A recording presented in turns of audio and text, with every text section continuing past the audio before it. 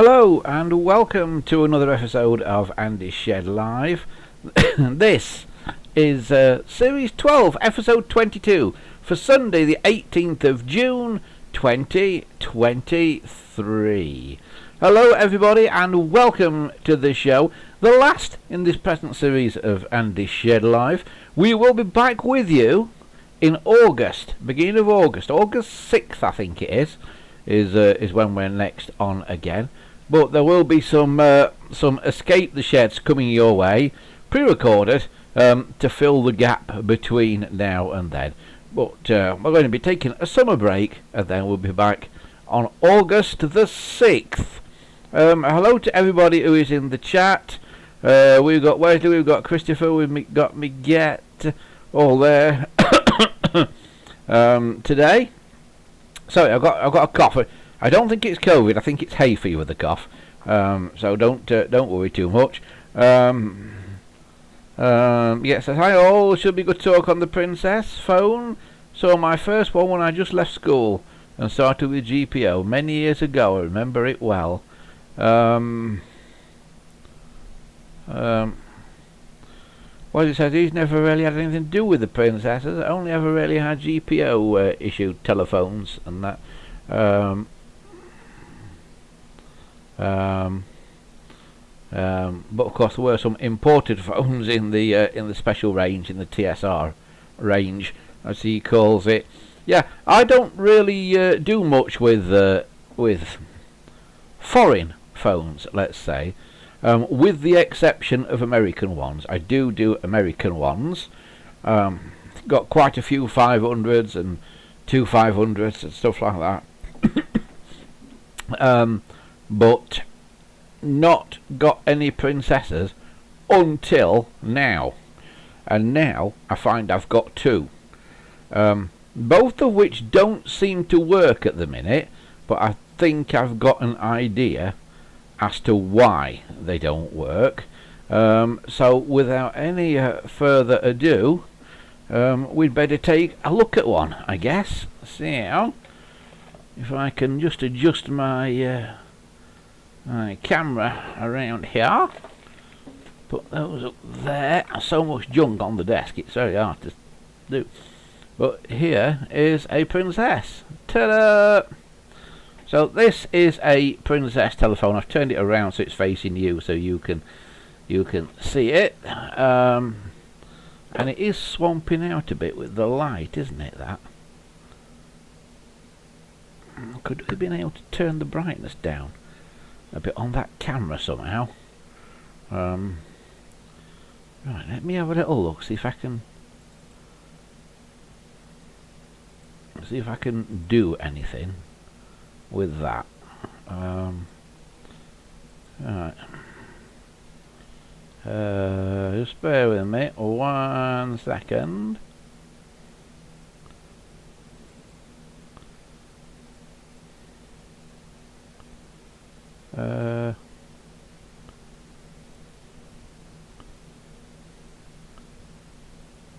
Right, that looks better. Is that better? That looks better to me. Does that look better to you? It certainly looks better to me. I can kind of see what it is now. Right, so here we are. This is how it is. Your eyes are not deceiving you. This is indeed pink. Pink is a rare colour of Princess phone. If this was a genuine pink one, it'd be very good. But it's not a genuine pink one, for reasons I will show you in a minute. But it's got a dial which works quite nicely, and it is quite heavy. Now these were originally very light, and people complained about them, much like people complained about early trim phones, that when you dialed they tended to skid across the desk a bit. This one's heavy because they did eventually put weights in them to hold them down to make them heavy. So this is actually quite heavy, and it does have a kind of rubber pad on the bottom as well, to sort of hold it on the desk. Now I said this isn't a genuine pink phone. this phone has been painted. Been painted quite well when it was done. May even possibly have been done by Bell or AT&T, whoever in America, when it went in for refurbishing, because when they took phones in for refurbishing over there, they did sometimes paint them different colours. Not like here in the UK where they never painted them. They always, if they wanted to change the colour, they totally recased them. Over in America they did paint phones. But what's happened to this one, whether it was them who painted it or whether it was a third party who painted it to make it pink, I don't know. But what's happened to this one, it's got kind of these little marks on it, where it's been where it's had cords wound around it. If you leave a cord touching a plastic surface like that for a very long time, and I mean for months or even years, some kind of chemical reaction happens between the plastic cord and the painted surface, and it makes the painted surface go sticky. And that's what has happened all over this phone. It's gone sticky. I'm just going to try and adjust in that brightness a bit more, because it still doesn't look quite right to me, that.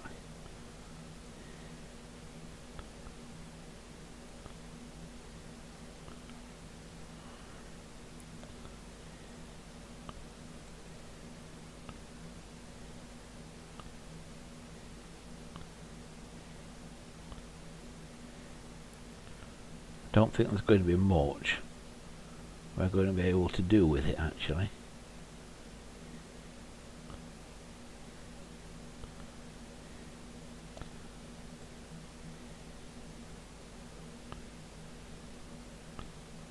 No, it's not going to let us do much with it. But yeah, what this phone has got is marks on it. If you can see on there, there are marks on that where cords have been rubbing up against it, and on the front there were some big ones, and you can see the original colour of the phone underneath. It was originally this sort of beigey colour. And what I've done, these were sticky marks, and what I've done is I've rubbed them with a bit of Brasso. Actually, you could use tea cut, and it's took the sticky bit off, and the plastic surface underneath is still perfectly hard and good, but it's just the paint that had gone sticky on it. Now, I've also tried on another phone this afternoon that I've not got here, because I didn't do it here, but I have tried isopropyl alcohol, and you have to rub quite hard, but it turns out isopropyl alcohol will take all this paint off, and it won't affect the plastic underneath. It makes the paint go sticky, and then it comes off without making the plastic go sticky. So if you used acetone, that would probably make the plastic go sticky as well. It certainly would on a British phone. I don't know for sure about these American ones, because I don't know what sort of plastic they're made out of. But isopropyl alcohol has not made the plastic go sticky, but it does take all the paint off. So what I shall do eventually, I think I'm going to do all this with isopropyl alcohol and bring it back to that colour that you see there, which is the colour it should be. Now I know the line cord will look, the curly cord will look wrong then, but this phone has been converted to modular, so it should be possible, and it is, to remove the curly cord, so we will be able to change that. That is a genuine pink curly cord, and I think the phone, I don't think the phone's a genuinely a pink one, because the real pink ones were a slightly darker shade of pink than this, they more match the cord from what I've seen. So so I don't think this is a genuinely pink phone anyway.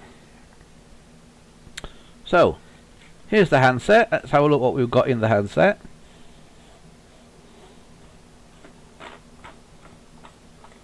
Same handset as on 500 series phones.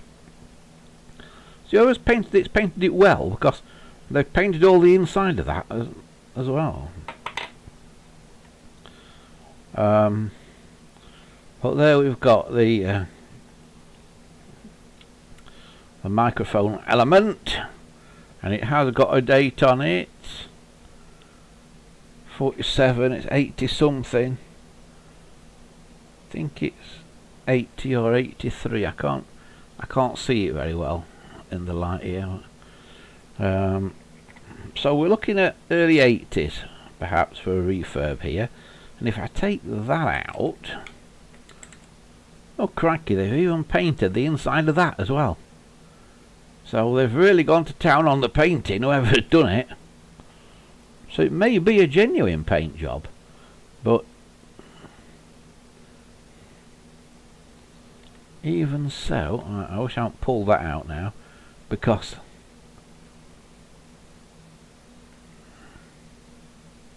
that has come out with and left a modular jack in there, which is now going to be a real pain to sort out. So I've got to now try and sort out this modular jack.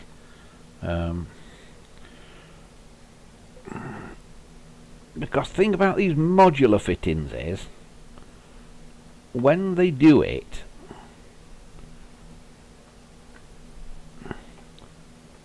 nothing seems to line up when it's done and clip together. They just sort of sit them in there somehow, and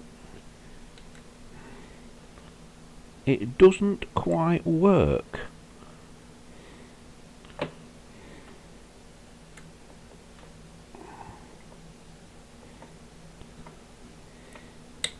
Right, so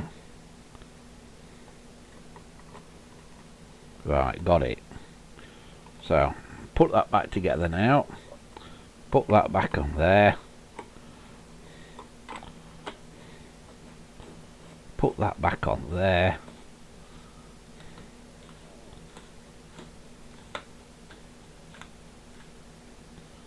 Don't like how crunchy that sounds as it goes on. And then you can pull that out of there like so. Whether modular is a good or bad idea, I will leave that to you to discuss amongst yourselves. But yeah, that's that end of it. We'll have a look in this end as well. Again, painted on the inside as well as on the outside. And we've got a date of 1980 on that unit. Again, really well painted on the inside, but you can just see a little bit of the original colour just there.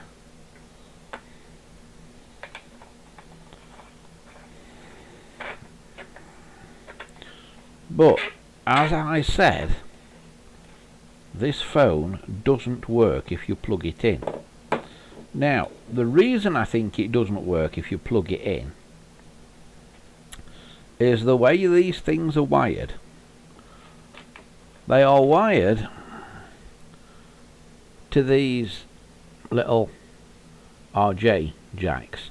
Now these RJs have different numbers. There's RJ11s and there's other versions as well.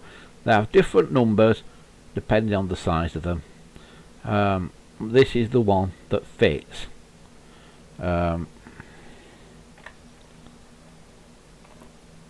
Into the line in of a phone. Now, the thing about these is, on an American phone, you've got all your contacts on this in a row. If I can get this up close under a camera so you can see it. Right, you can see that nicely now. Right, so there you can see, as you're looking at that, there's a yellow, a green, a red and a black wire going down that cable. Right, the line, the A and B legs of the line are carried on the red and green of those contacts. So they're carried on the middle cables, the two middle ones of the four that are wired up there. The yellow and black perform different functions normally, a bit like the blue and green in a British cable. This has got four wires down it, and on the other side you'll see it's got four pins. But you can get wider and narrower versions. Now, what you can also get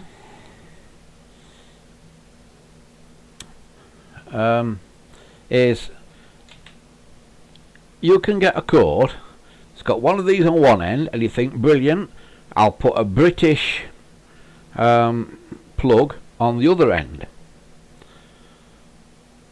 4 cords down the cable, plug it in, it'll work. It won't work, and the reason it won't work is on the British way of doing it. Of the 4 center wires on the plug, the line legs are on the outer 2 of the 4 center ones. Now there are actually in a GPO plug there's 6 contacts, but we generally only use the 4 middle ones, and of those 4 across the middle, the line is the outer 2, so it's number of the 6 across, it's number 2 and 7 are the no, it's numbers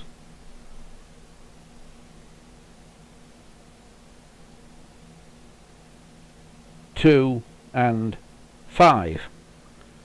Sorry, not 2 and 7, 2 and 5. Yeah, it's numbers 2 and 5 of the 6 across that are the line carriers on a British plug. But on an American plug, where it's only got 4, it's not 1 and 4, which would be the equivalent to 2 and 5, it's 2 and 3, which are the equivalent to 3 and 4 on a British plug.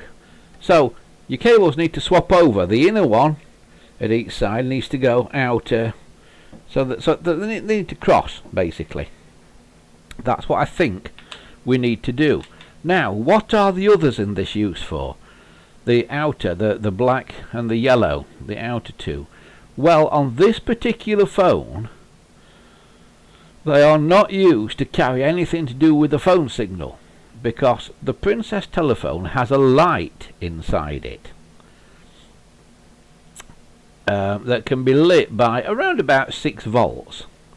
So the outer 2 wires in this cable were a ground and a plus 6 volts AC.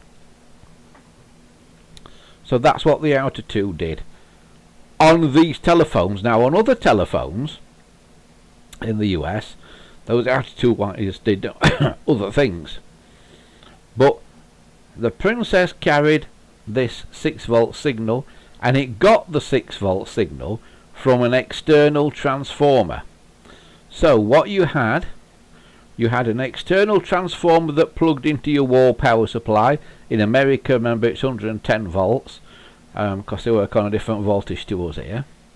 You had a transformer that plugged into your power supply, and you had a cable like this that plugged into your wall, Both of those things then plugged into a little junction box thing, and out the other end of the junction box came a longer cable like this that went to your phone, and in that junction box it added the phone signal and the two carriers for the 6 volts into the same cable. So that's what the little junction box thing did. So we've not got the junction box, so we need to try and do something with that. Now, I have tried. You can get these little things where I say you need to swap the cables over. You can get these things, which are an RJ to British GPO plug. And these normally work. You can plug an American phone into there like that, and then plug that in, and it swaps basically on here. It swaps over pins 2 and 3 and 4 and 5. It swaps them over.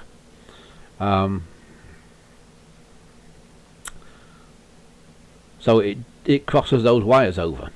Yeah. So normally that works, but it doesn't seem to be working with these princesses. Now my thought is it's something to do with those extraneous connections on the outside that are upsetting the wiring in the wall socket for some reason.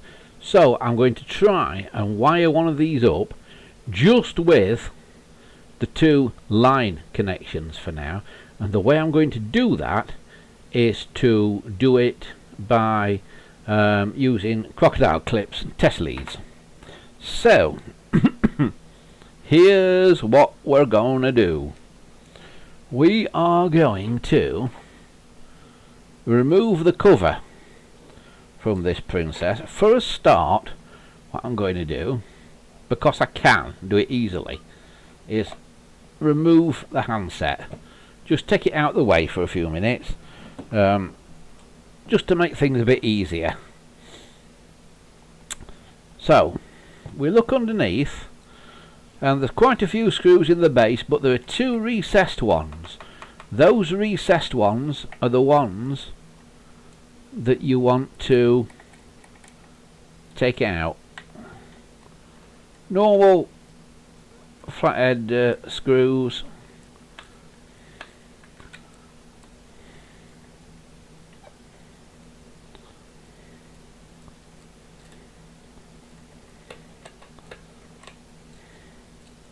they come out. I think they're retained, those screws. I think, yeah, they seem to be. And then you can just lift that case clean off. Being an American phone, none of this messing about like you have to do with British ones. It just comes clean off. And there we have it. So here is where your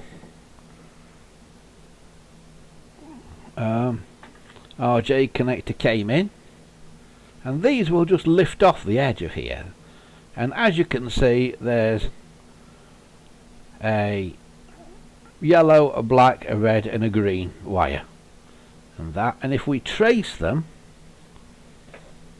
on here,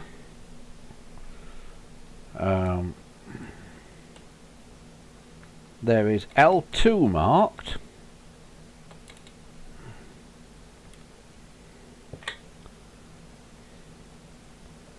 here, which I believe is that green wire there. So is that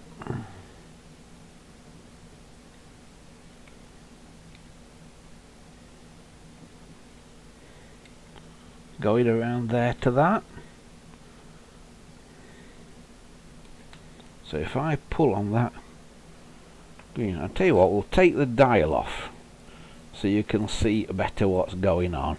2 screws, 1 in each side, just to loosen, to take this off, and then that just lifts out like that. And now we can kind of see a bit more what's going on. So that green wire there,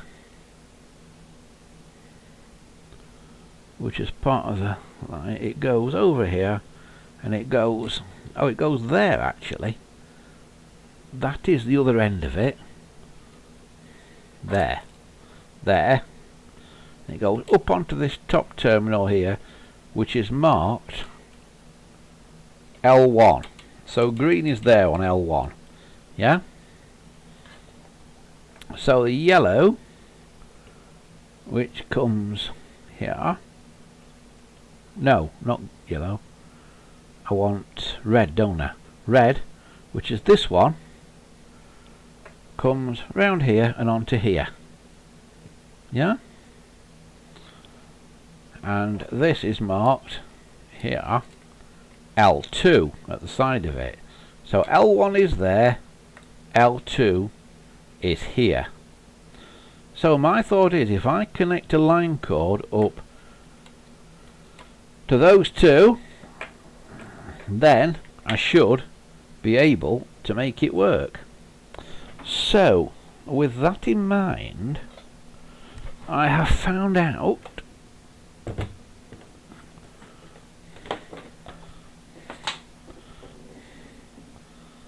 this line cord, which conveniently has got a GPO plug on that end and not a lot on that end. Yeah, but I might have got a better one than that. No, they're both equal in half. They are. Right, okay. Right, so what I'm going to try and do here is I'm going to try and tidy the ends of these up.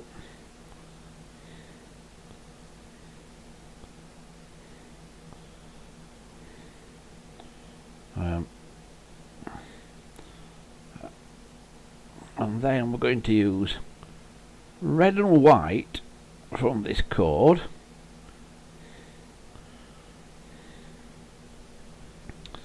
and connect them up, hopefully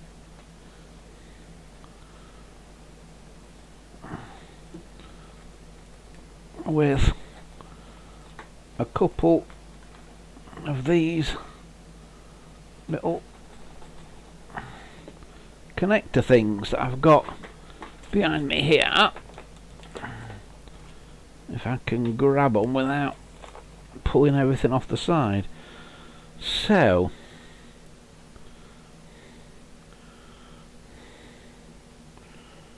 if I can attach red here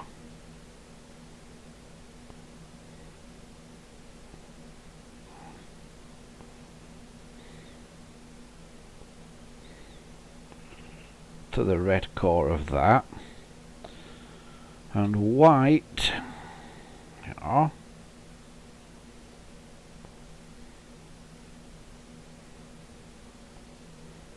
and it's not very good this because it's tinsel cable, to the white core of that. Then hopefully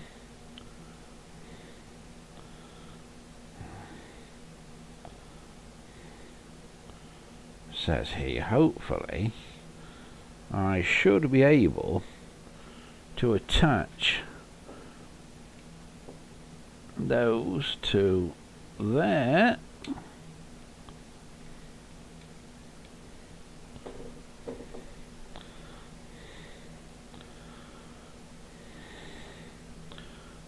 and to there,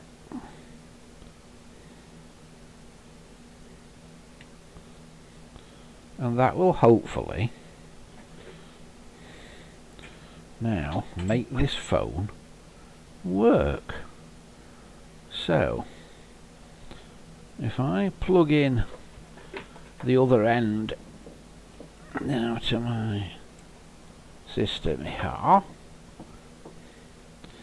and I need to plug the handset back into the phone that I took off temporarily. So here it is. This is where you need to be an octopus.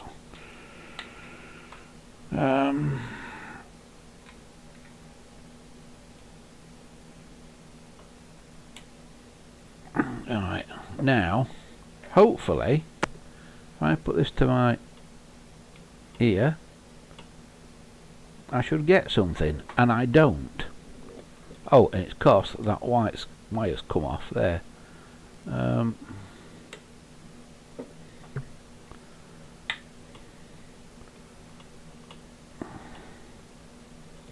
I still don't get anything. Absolutely nothing to that. So what I'm going to do now, because I'm still not getting anything, is I'm going to suspect some chords and start testing some chords. Right. So what we'll do now is we will take all this apart for now.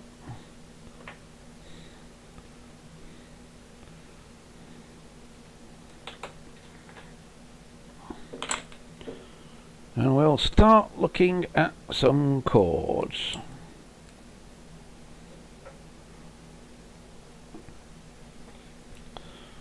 So, I now need a multimeter.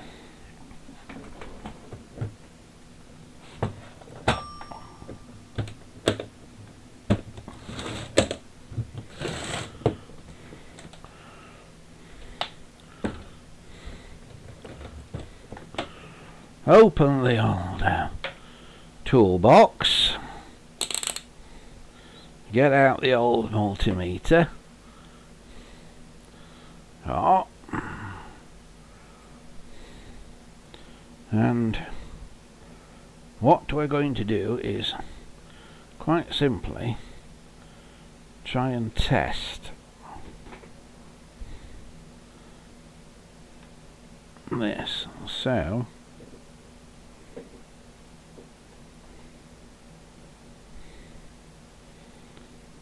again, you need 10 hands, but because everything wants to slide onto the floor, this is where you really do need a much bigger desk than I've got to work with here. You really do need a way bigger desk. So I'm going to try and hold that down, and at the same time put that on top of there, so it holds that down. Right. Then the other thing of the meter is that red or white. I can never remember which way around they're supposed to be, but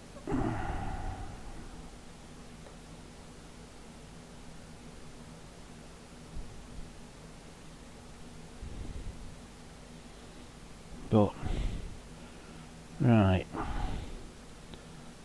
I would say this cord is defective, because I'm not getting any reading on the meter.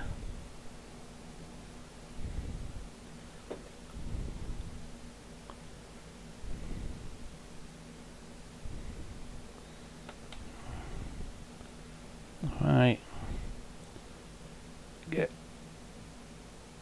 the white leg there. I know you can't see this.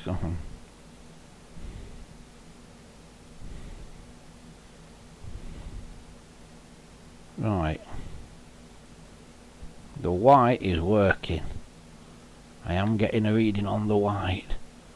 So let's try the red again.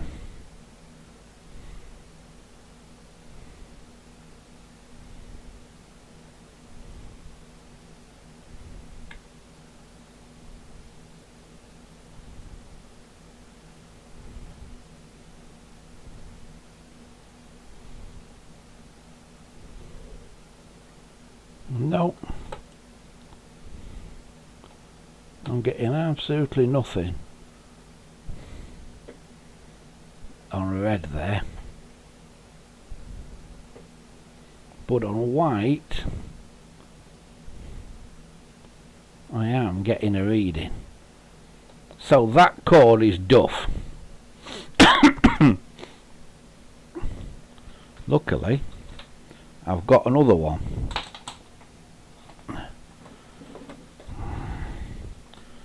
So,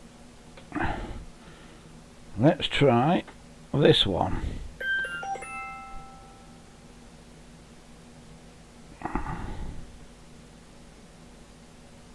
So, here's my white. There.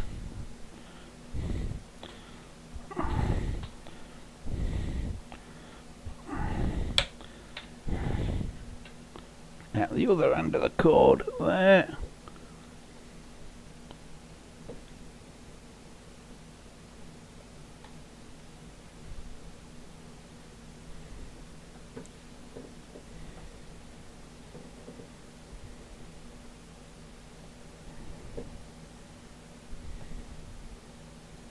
Nothing. Right, white is good in that one. Let's try red on the other side.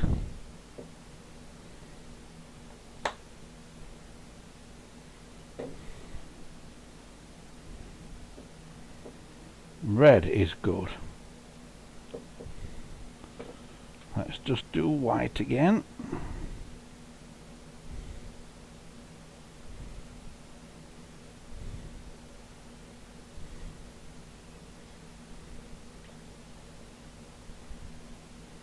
Yep. White has got something as well. So red and white on that cord do seem to both do something. Now what I'm going to do, because these are tinsel wires, what I think I'm going to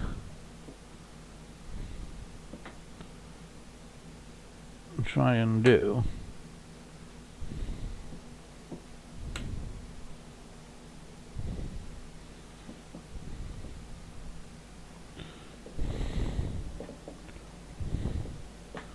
perhaps here is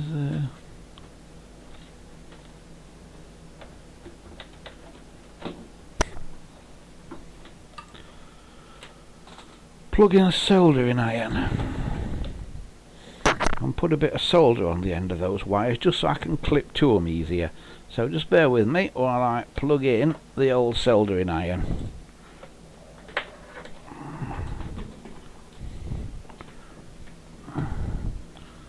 This is not easy because I've got to get to a plug, and getting to a plug is really hard in here without twisting yourself into all kinds of positions that really hurt. Ow, ow, ow. I'm getting too old for all this crawling on the floor business. Oh, ow.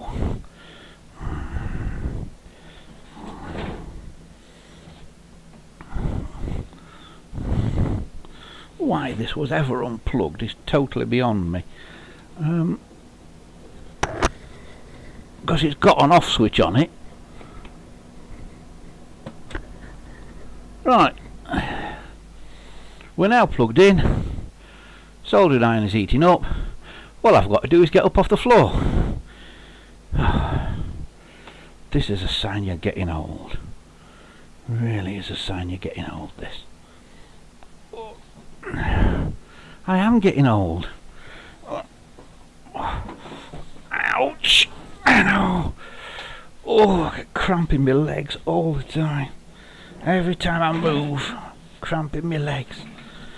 Oh. Right. So many aches and pains these days I've got.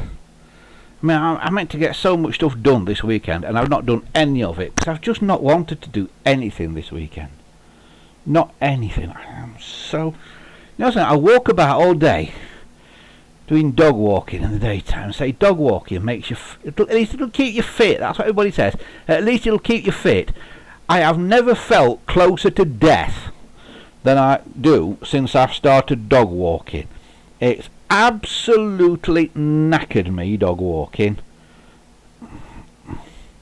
Anybody who thinks it's going to keep them fit, yeah, it'll keep you fit to drop. Right, I'm just letting me my old soldering iron heat up now, and I could do with trimming up the ends of these really.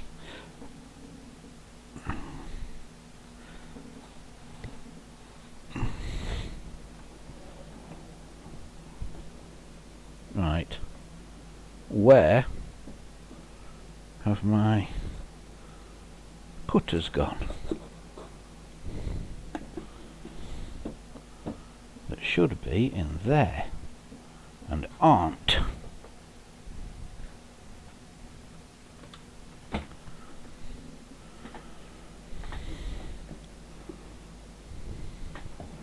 No idea.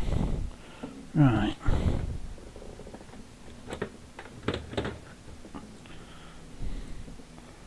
Have we got something else with a blade in it that'll cut?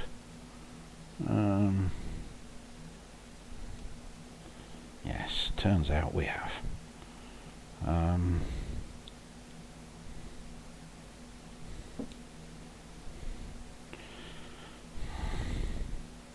Right, so I've tidied the ends of these up now. So what I'm hoping we're now going to be able to do is when the soldering iron gets warm, I'm hoping that we're going to be able to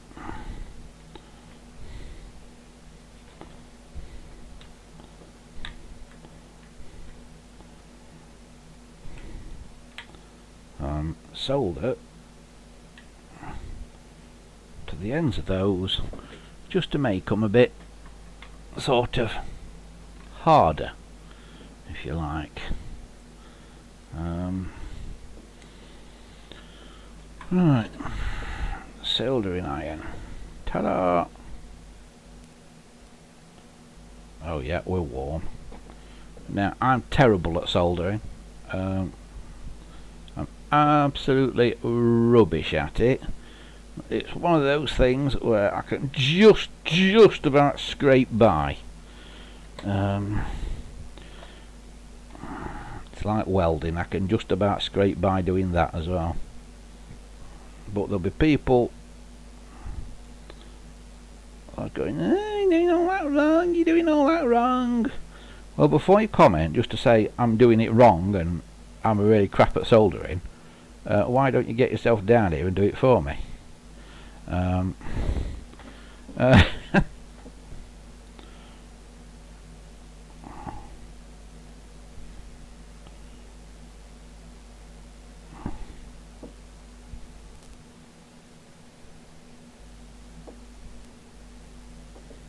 Right, so that's one that I've hopefully made a bit harder by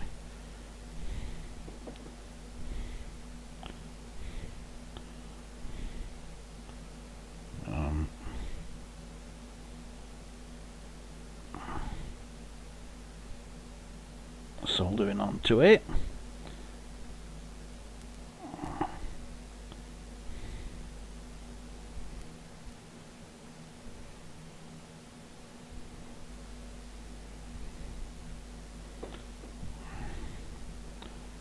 That one's gone better. I wanted a big blob of solder on the end to give the thing something to grip, you see, but like I say, you need 3 hands. I just haven't got 3 hands. People say, oh, you need one of those helping hand things. Yeah, it's alright saying you need one of those when you ain't got one. You know, you can say I need all sorts. You can say I need a bloody NASA laboratory or something to work in. But if you haven't got one, even though you need one, if you haven't got one, it don't make any difference, does it? You ain't got one. So, that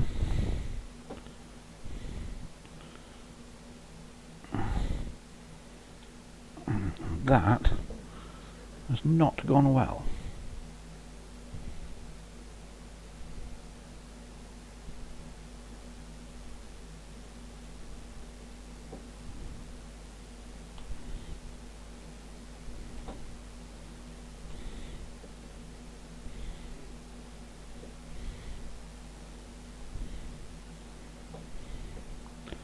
Try again.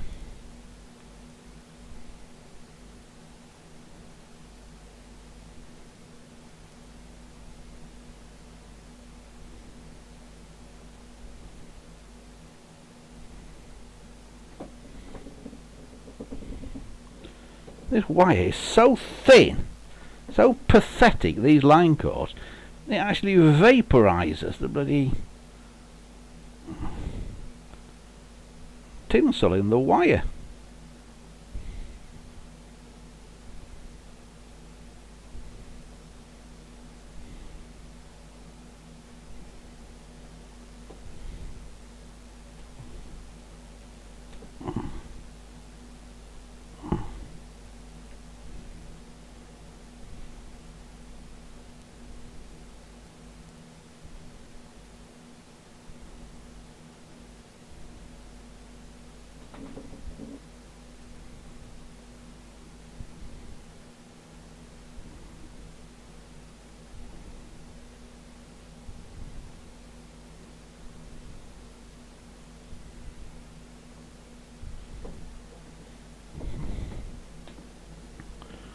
Right,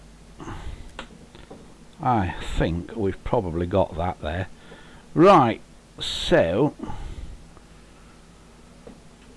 what we now need to do is just test that again. So we'll hook that to red,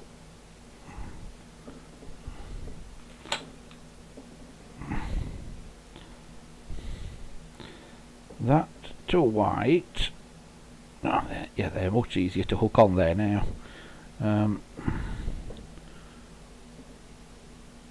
One up onto there on the phone somewhere.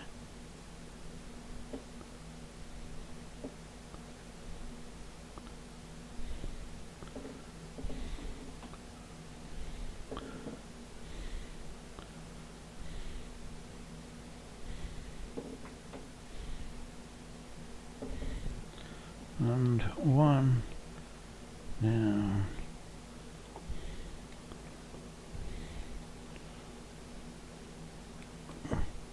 there on the phone.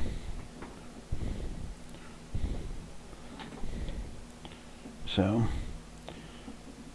I can now hopefully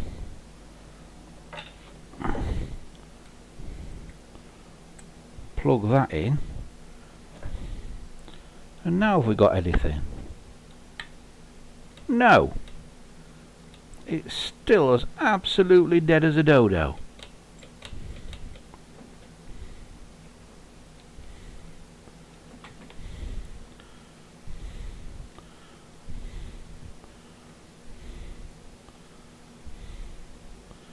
So now, what else is it possible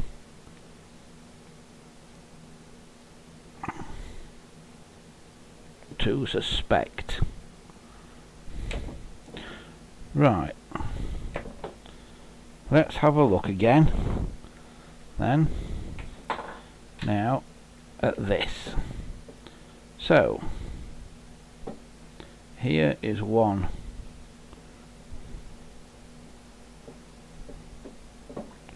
side.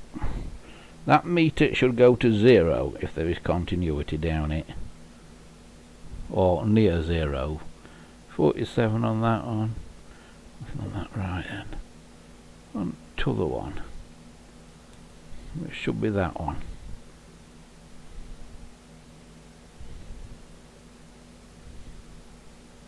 No, red one's dead.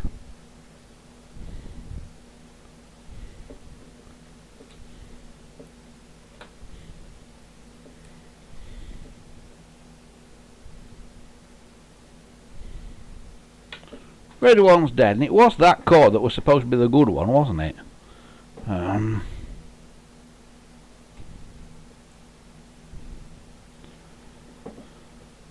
So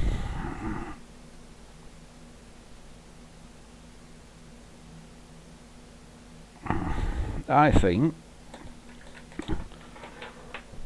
see, everything slides off the bench because it's just not big enough. nowhere near enough space to work in. Nowhere near enough. I've literally got the space you can see on the camera. I've got no other space. The edge of the desk is an inch from where my finger is now. Everything falls on the floor. Right.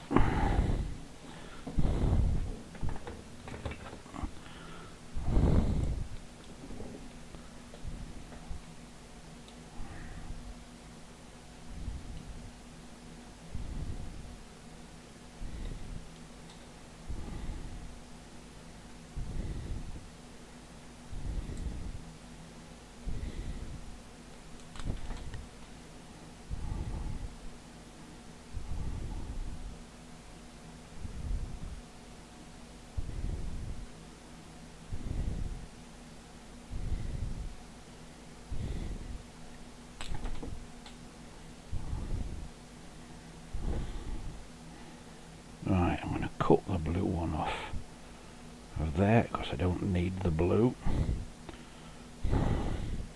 What I'm doing at the minute, you can't see it as I am cutting cables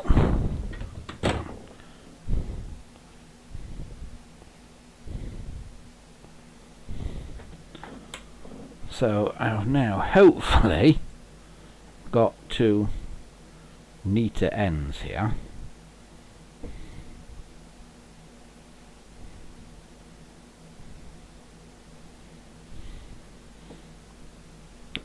That I am going to try and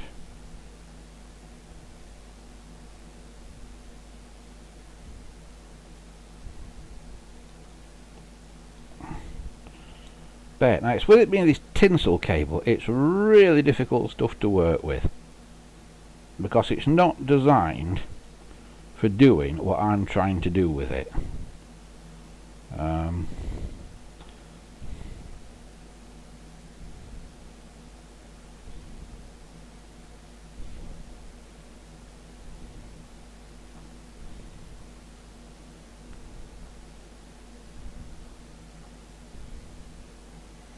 Right, there's my tinsel cable again. So what I want to do is solder onto those. So I want you to hold that in something so it's upright really, but I haven't got anything to hold it in so it's upright, so he just wants to drop down on the deck all the time.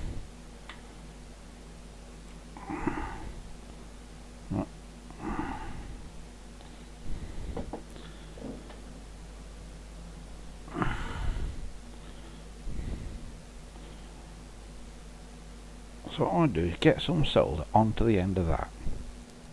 So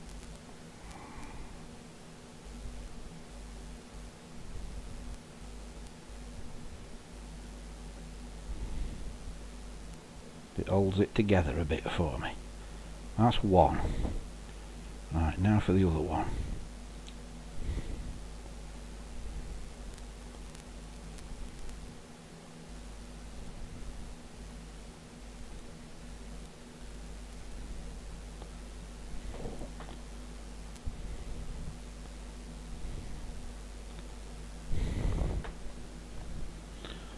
Right. Shall we see if we've got continuity down those now?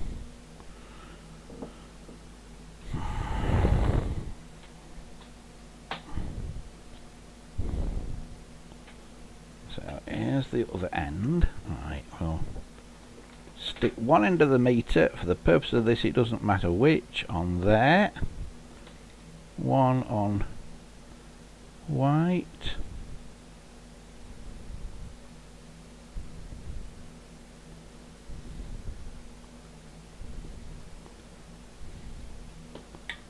These cables are so dodgy.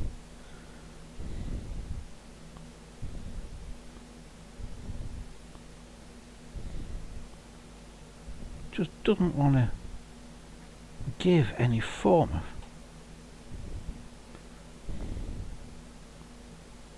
Oh, there we go. Yeah, that's fine. That's the white one, and this should be the red one. Yeah, there we go. I've got a reading. Do the white one again.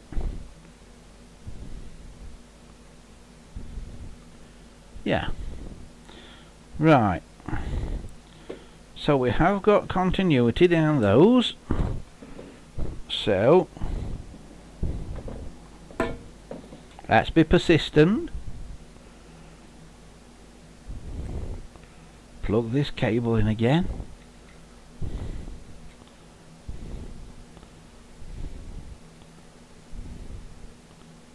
That one is red.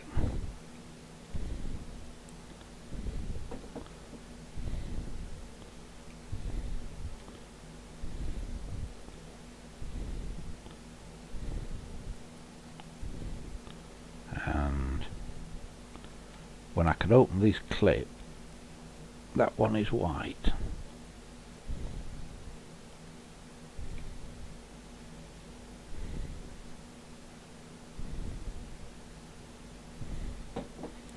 Okay,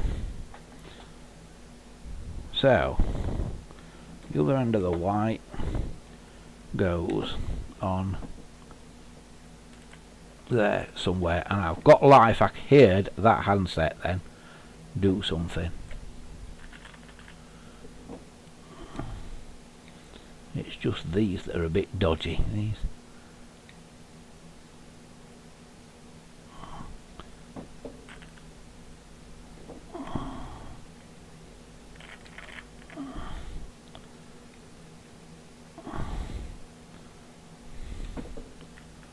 These test leads are rubbish.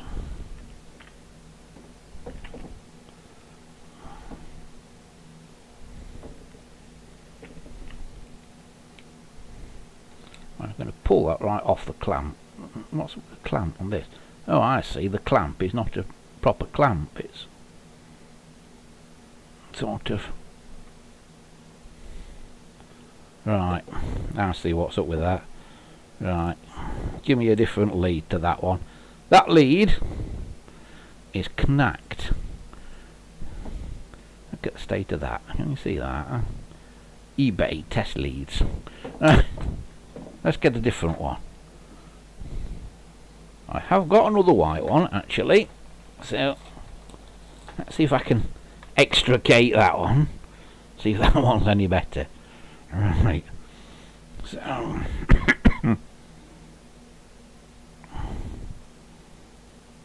that end on there.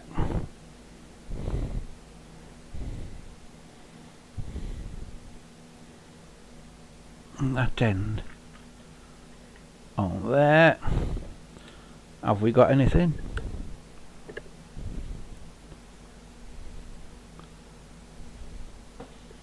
Yes, we have got a dial tone.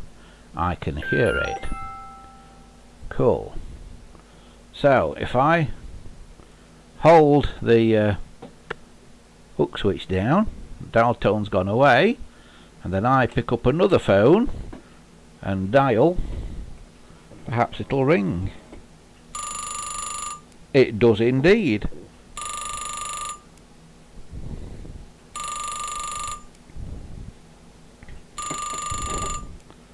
So that tells me that if we didn't have dodgy leads, that'd be working. So I've got to make up a very special lead, and yes, not really sure of the best way to do that.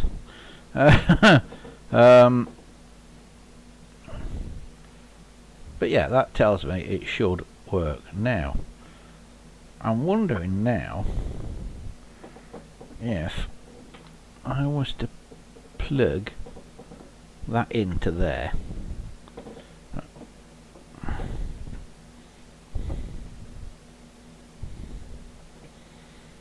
I'm wondering perhaps if there was a funny fault elsewhere.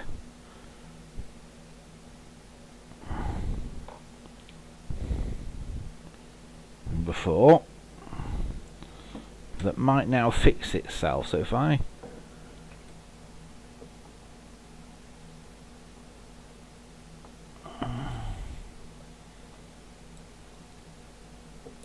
plug that into there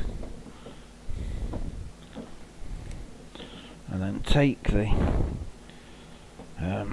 thing from my phone and plug that in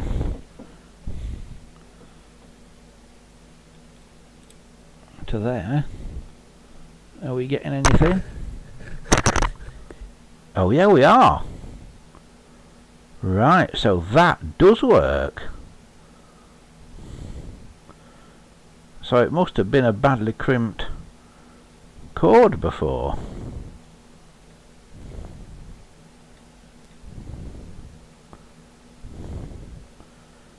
Right.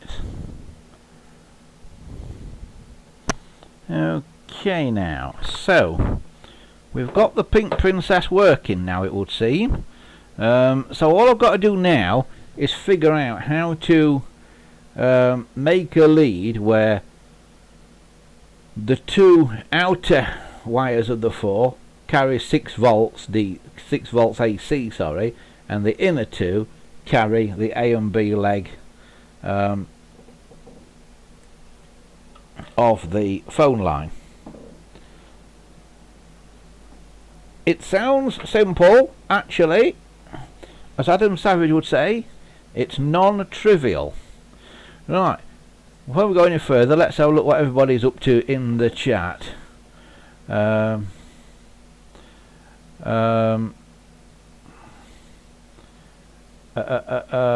Everybody's saying hello.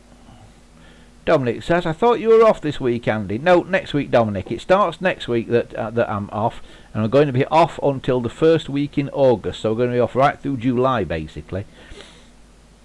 But there will be other videos coming up while we're off, so it'll not be totally Andy's shed free. Hopefully there's going to be... Well, the reason we're having such a long break is A, there's some rallies that I'm going to be going to, including Sheffield Steam Rally next weekend, which I'll be at, with the Sheffield Collectors Club stand, which will have a load of telephones on it. So if you're a telephone enthusiast and you're anywhere near the Anston area, near Sheffield next weekend, come to Sheffield Steam Rally and see me there with a load of old telephones.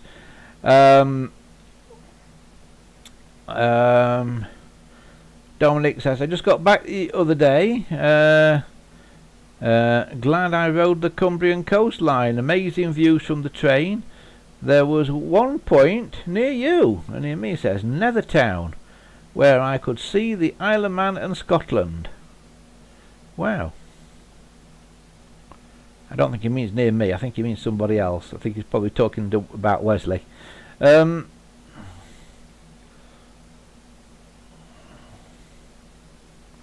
says, I also got a nice railway tie from the little Ratty gift shop. That's excellent, the Raven Glass and S. Dale there.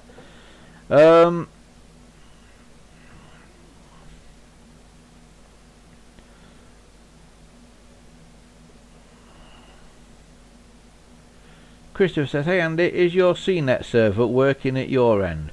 Not sure at the minute, Christopher. It went down the other day and came back up again. We've had a lot of thunderstorms and power failures over the last week or so. So I'm not actually sure if it's on or not at the minute. I'll have a look in a sec. And Christopher says, I'm getting another rare Ericsson N1970B.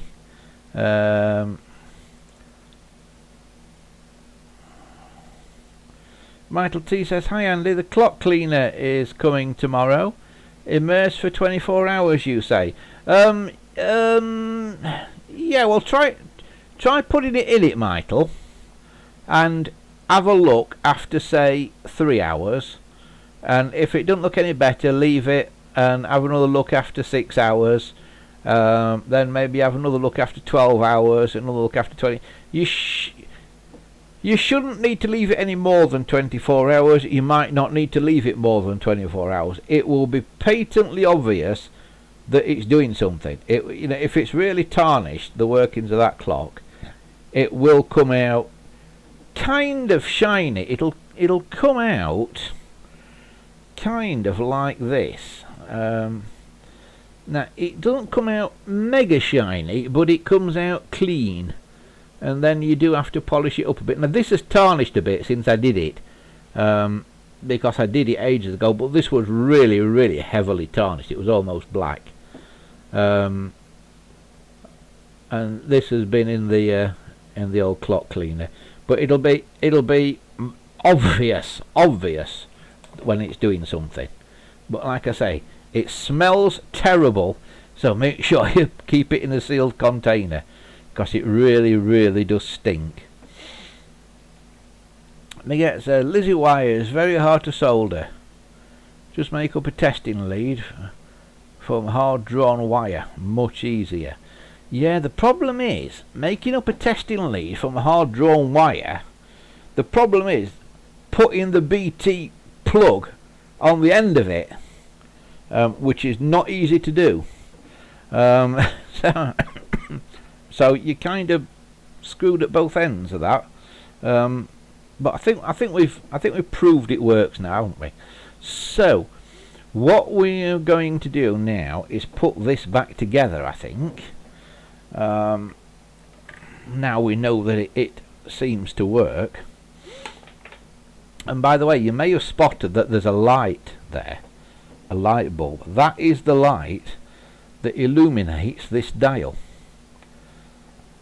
Because when that dial slips back on there, like that, there's kind of a little recess in it there, can you see, for that light to go into, and it kind of lights sideways through the clear plastic. It does a kind of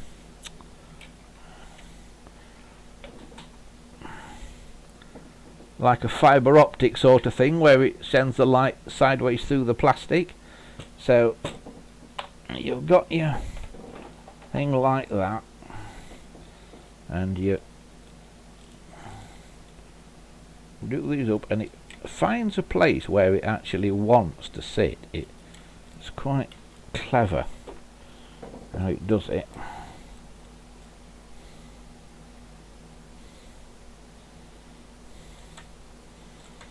Really, stick that back on the back of there, like that. Then we should be able to put the lid back on the phone. So here's the lid, and you can see on the inside of this, that's the painted colour. That's the colour it should be. Doesn't look massively different under the camera light, does it? But I assure you it is. It's still got a bit of a pinky. It kind of looks salmon pinky in there, but I think they actually call it beige. And the plungers for the hook, so it's kind of built in to this as well. Clear plungers, which are rather nice.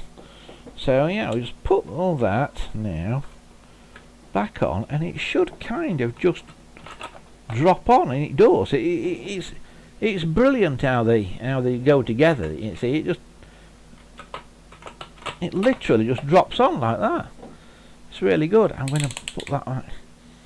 I know I had that sat on diode test, by the way, but it was just a way of getting continuity on this very cheap meter. Yeah, the meter was only about 5 or 6 quid or something. Very, very cheap multimeter, because I don't do anything complicated enough to need an expensive complex multimeter. And you can see now on this handset, you really can see where it's got like these, what are almost like scars on it, where the paint has actually gone sticky, and you can sort of rub into it with your fingernail and rub it off. And if I was to put Brasso on that or something, like I say, isopropyl alcohol will fetch all the paint off, but Brasso will at least fetch the sticky bits off, which I can show you, because I have a tin of said Brasso here. give it a shake, and take the top off. Find a bit of rag, which I cunningly have to hand. Brusso on said rag, and then get that and do that.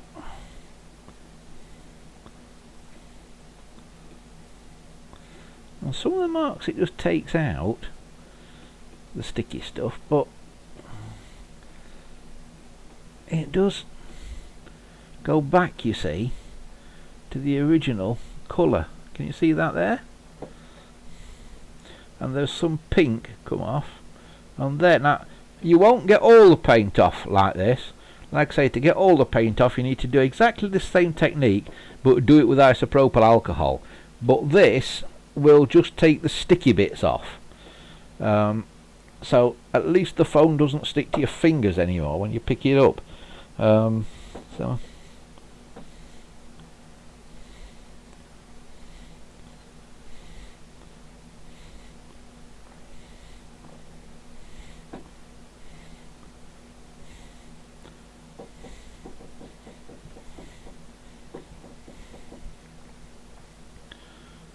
you see how it's showing the original colour there?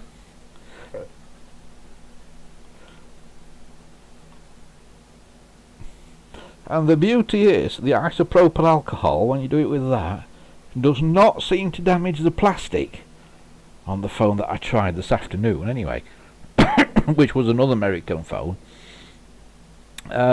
So here, where you've got stuff written, it does actually come up quite nicely.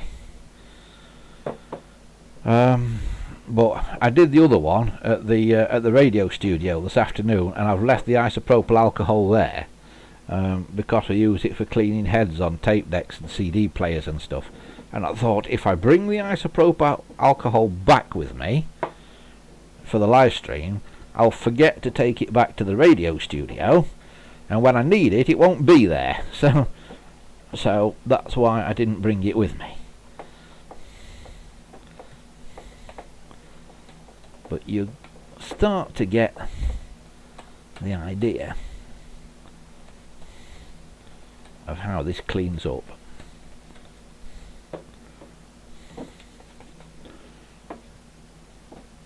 There's a really bad bit on this end here, you see, and you can see it's a line where a cord of something has been touching on the casing for a long time. It happens over a period of months, and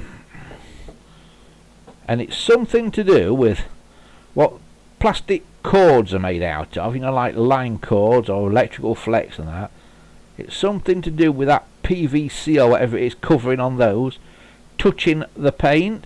It's some kind of weird chemical reaction, and I don't know what it is. If anybody knows any more about it, please do get in touch with us, leave a comment or something, and explain it to us if there's any kind of scientists out there who know the chemical thing that's going on.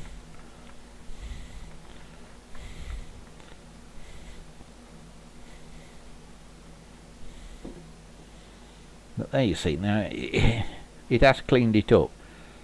So I was initially worried that these sticky patches were going to have damaged the plastic underneath the paint as well, but it appears that they don't, which is good news. So we should be able to get quite a nice phone out of this eventually, with some work, but it will require some work.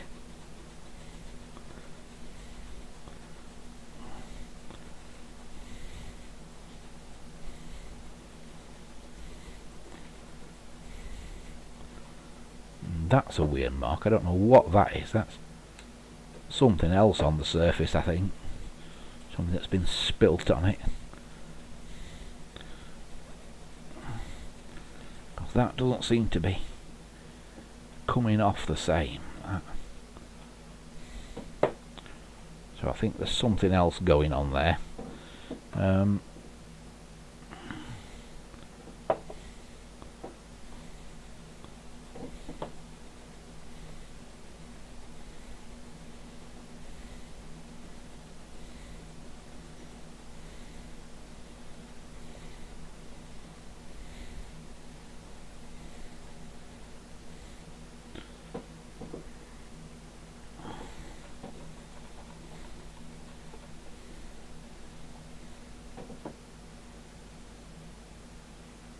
Not so good, that bit, but we'll get there.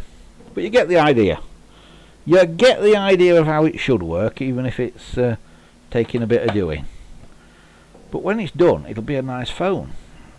But I do want to get that cord made up so we can light it and get that little light working inside it, which I think would be rather good. Right, what's everybody up to? Oh, Mark's with us. Hi, Mark.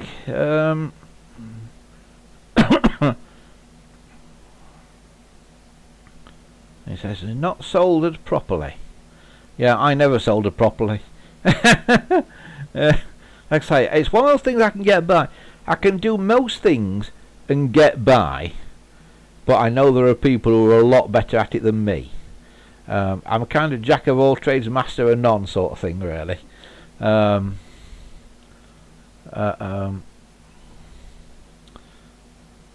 So yeah. Right. Okie dokie.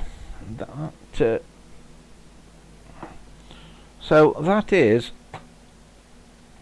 the princess, or one of the princesses. I say one of the princesses because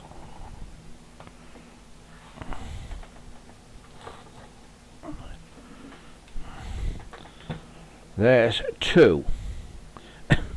This one is a white one, and I think this one's the genuine colour as well that it should be. I don't think this one's been messed with.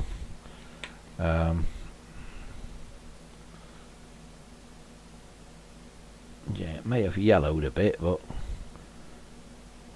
other than that I think it's the right colour. This 1977, this one on the module in there, so this one's possibly a little bit older than the pink one.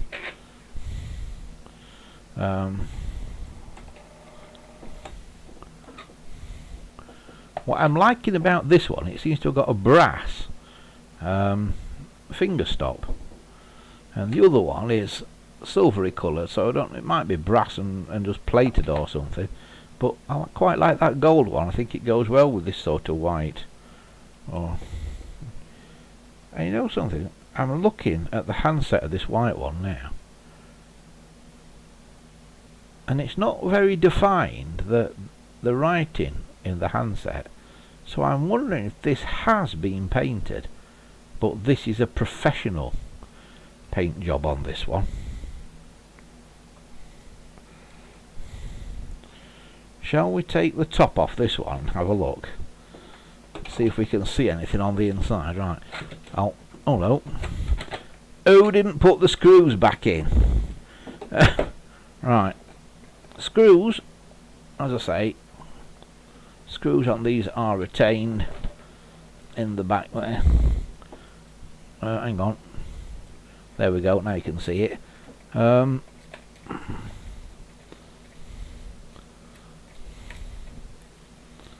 It's those two recessed ones to get the cover off and obviously back on again.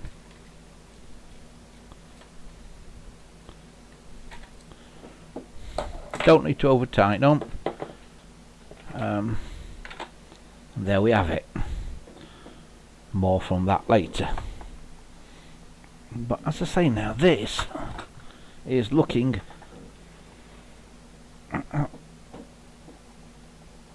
strange, so it might be painted, but if it is, it's been well done. But what's making me think is that the Western Electric under here is not very well defined, so it's kind of like it's been enamelled or something. So let's have a look under here and see if there's any clues inside the case, because the other one, although it had been painted inside all the handset, it hadn't been painted on the inside of the case. So let's have a look again with this one and see if it's the same.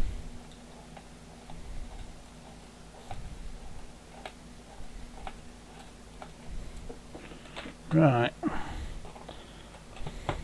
case off. Ta-da! No, it looks like this is a genuine colour, but it does look painted on the outside.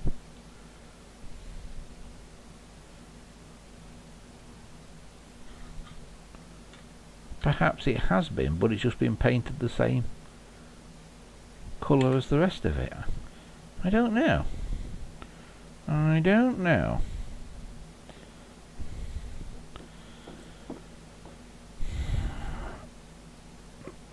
But what I immediately spot with this one is the network looks different. There don't seem to be as many wires on the top of this one as there were on the other one. So this is probably a different network inside this one.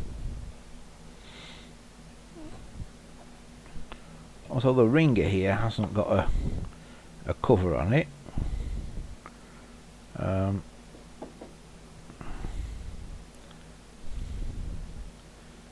So same but different, which is good. It's nice to have a bit of variety, isn't it?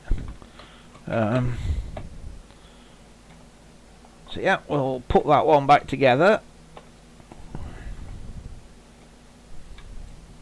Quite liking the gold paint on the base as well of this.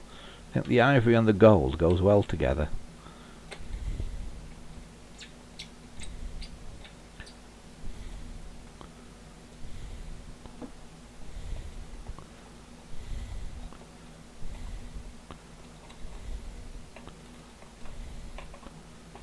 This one does appear to have an interesting sticker on the bottom of it. It says on this sticker here, sold by Pacific Telephone, purchase date December 24th 1982, property of Pacific Telco, not for sale. And then it says sold by Pacific Telephone. It also says Bell System on it, and it's got Princess written on the bottom of it in fancy writing. So yeah, it's a good honest phone. It's nice. I like it when it's cleaned up. I think that'll make a really nice phone, that one. Really nice. So there you have it, Princess telephones, made for use in bedrooms, basically. That's what they were aimed at, and they were aimed at women as well. Although, how many blokes bought them, put them in the bedroom, and went, "Oh, I slept with a princess last night." Yeah. Yeah. So yeah. That is the Princess telephone, which is rather good, I think. I quite like it.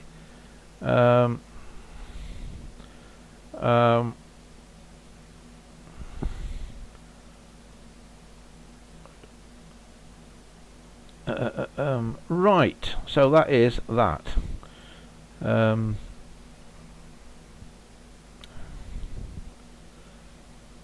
Where are we now? So, yeah, that is the Princess phone. Sorry, I'm not entirely with it today, you may have noticed. I'm just having a look, because Christopher says he sent some photos somewhere. So we'll have a little look.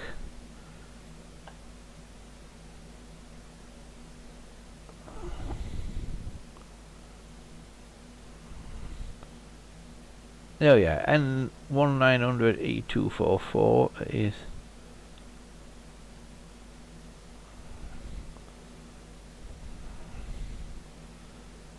sent.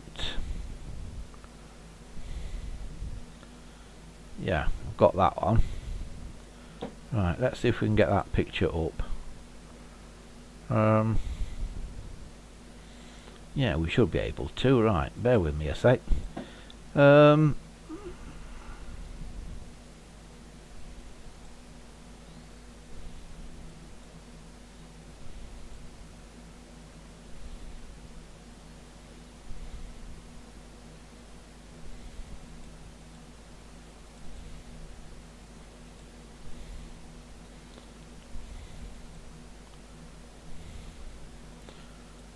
Yeah, so here is one of Christopher's latest arrivals. It's an Ericsson N1900E244.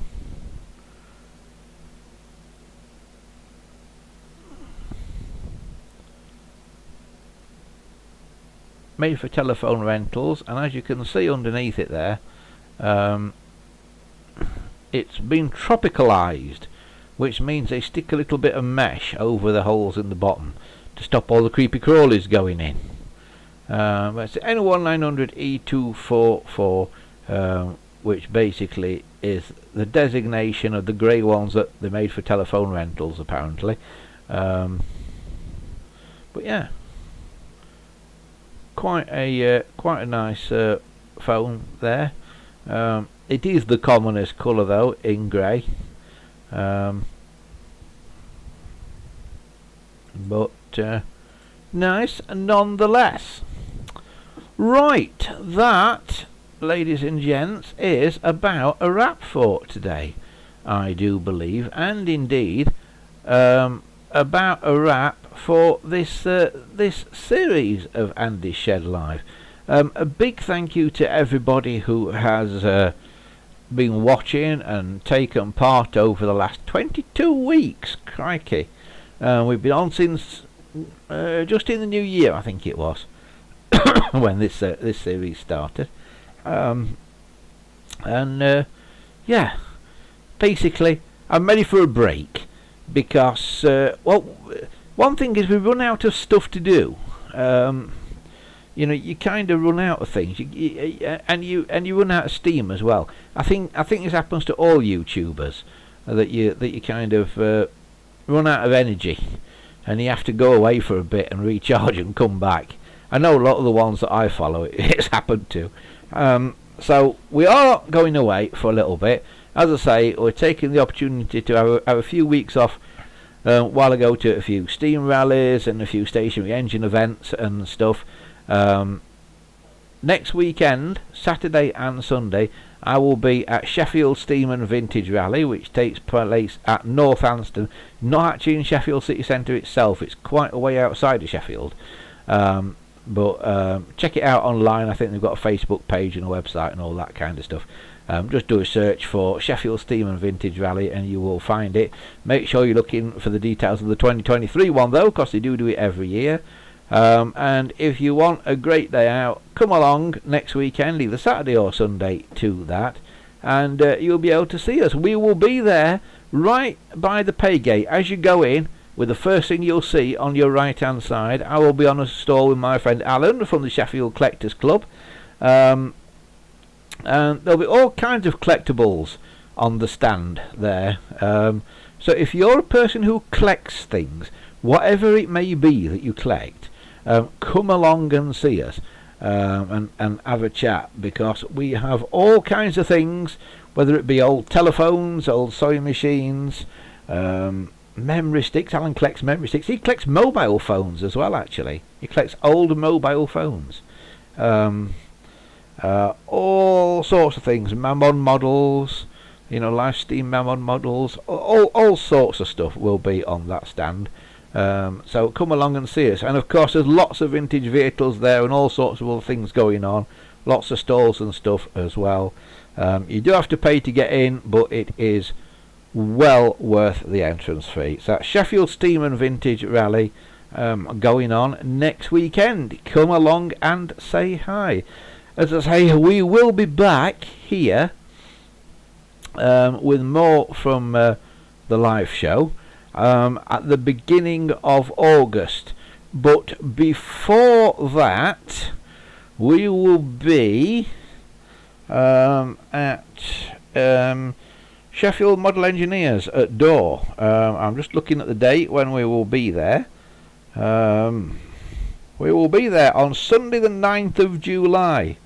Again, a very similar stand to what is going to Sheffield Steam and Vintage. It's part of Sheffield Collectors Club again. It's the miniature railway track, which is right opposite Door and Totlet Station, near Sheffield. Right opposite the station. So if you wanted to travel by train to see us, that's the one to go to. Only on the Sunday for the public, this one. It's open to members of the Model Engineering Society on Saturday, but public are only admissible on Sunday, I believe, at this. But yeah, come down on Sunday. It will be a great day out once again. We will not be idle while we're away. There are going to be more Escape the Sheds coming out, where I go to various interesting places. So there is going to be more of that over the summer. We are going to make a few more of those over the next few weeks, so keep an eye out for those. And we will be back here on Sunday the 6th of August with another Andy's Shed Live. I will just double check on the chat before I go any further. Yeah, it says the Starlight phone is similar to the Princess, but it's made by Automatic Electric. Yeah, it is kind of similar. I've got a Starlight somewhere. It is kind of similar to it. But it's a bit more kind of square on the corners. A Starlight. It's not as rounded as this one is. See, this one's basically an oval shape. Starlight's a bit more squared off all round. But yeah, I've got one of those somewhere. Right, I lost my place now. Where are we? There we are. Dominic says he saw a BR film from 1969 with some early 706s with dial 12s on them. Oh, that's interesting, Dominic. They were probably not actually genuine 706s. They would probably have been Ericsson phones or something. And they were probably using up old stock of metal dials. That they couldn't put on GPO phones anymore, because that did tend to happen. He says he thinks the film was called The Pain Train. It has a very funny commentary that breaks the fourth wall several times. Chris says I sent 2 more emails. One of N1970B. The N1970B one doesn't seem to be here, Christopher.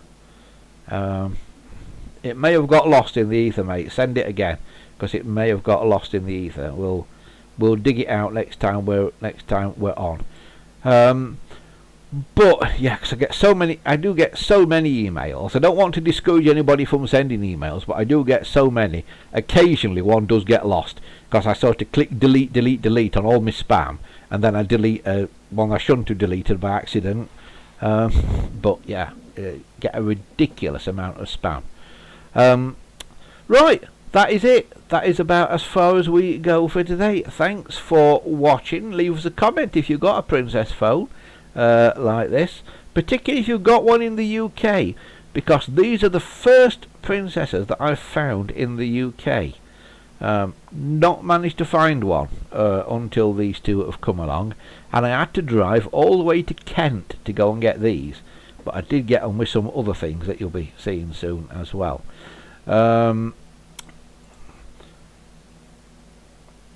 So that is about it from me for now. I am off for a well, a drink for a start, and hopefully by the time August comes I'll have got rid of this cough. So from me for now, have a fantastic next few weeks. Remember that Escape the Shed will be on, so make sure you click the notification thingy for when we post new content, and also click the like button if you enjoyed what you've seen here. It really does help. Also, if you enjoyed it, of course, remember we do have a Patreon page where patrons do get a little bit of extra content every now and again. Costs basically the equivalent of $1 a month to join us on Patreon. It's www.patreon.com/AndyShed. That's www.patreon.com/AndyShed, and you can find more of our content easily on the website, which is andyshed.corepress.net. Right, that is it. I am out of here, folks. I will see you all either at one of the rallies at Sheffield Steam or at the Sheffield Model Engineers, or I'll catch you back here on the 6th of August. But from me, for now, have a fantastic week, fortnight, 3 weeks, month, whatever it is, and I'll see you very, very soon. Bye for now, everybody.